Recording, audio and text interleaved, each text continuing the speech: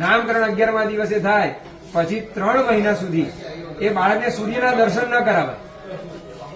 કમસે કમ 3 મહિના સુધી બાળક આ સૂર્યના દર્શન ન કરે.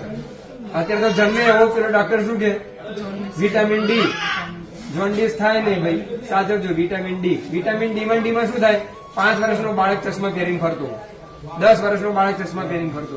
આપણા પિતાજી 70 વર્ષે આયા, એને 5 વર્ષે આવી જાય છે. કેમ? કારણ કે વિટામિન ડી. શા માટે આવે છે આવું? તો બાળક 9 મહિના ગર્ભમાં રહ્યો, અંધકારમાં રહ્યો. રાત્રે આપણે સૂઈએ, અચાનક કોઈ લાઈટ કરે તો શું કરીએ?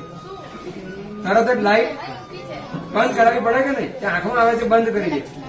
એ જ બાળક 9 મહિના અંધકારમાં રહ્યો છે, અચાનક સૂર્યના દર્શન થાય તો એ સૂર્યનું તેજ બાળકની આંખોને શું કરે?